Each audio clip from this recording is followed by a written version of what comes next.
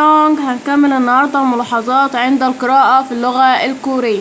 قلنا لما يجيلي حرفين اتنين في هيئة باتشم، هو الباتشم هو الحرف التالت والرابع اللي بيكون في المقطع من الاسم. طيب لو جالي حرفين اتنين باتشم والحرفين الاتنين دول كانوا الباء با با با والسا سا سا سا، الباء والسا الباء والسا، هنطق انهي؟ هنطق الباء ومش هنطق السا. يبقى تاني عندي حرفين اتنين باتشم موجودين في الاسفل، الحرفين الباتشم اللي هما الحرف التالت والرابع اللي بيكونوا في المقطع من الاسفل.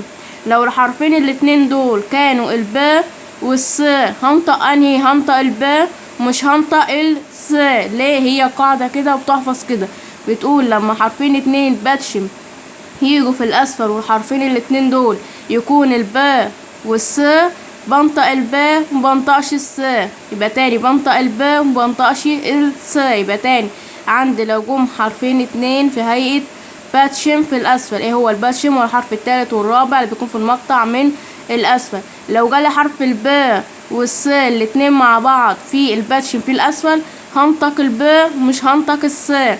ليه؟ هي القاعدة كده، هي القاعدة بتحفظ كده، لما الباء والسا يجوا هما الاتنين مع بعض في الاسفل، واحدة بس اللي بتنطق اللي هي الباء، انما السا لا تنطق. طب ليه؟ قدام لما هنحط مثلا الانج بعدها، او لما يجي الانج بعد الحرفين الاتنين دول، الاتنين هينطقوا، يعني الاتنين هنطقهم. لكن دلوقتي القاعدة اللي عندنا بتقول ان الحرفين الاتنين دول لو جم مع بعض في هيئة باتشم الاتنين مع بعض في الاسفل، هنطق الباء ومش هنطق السا.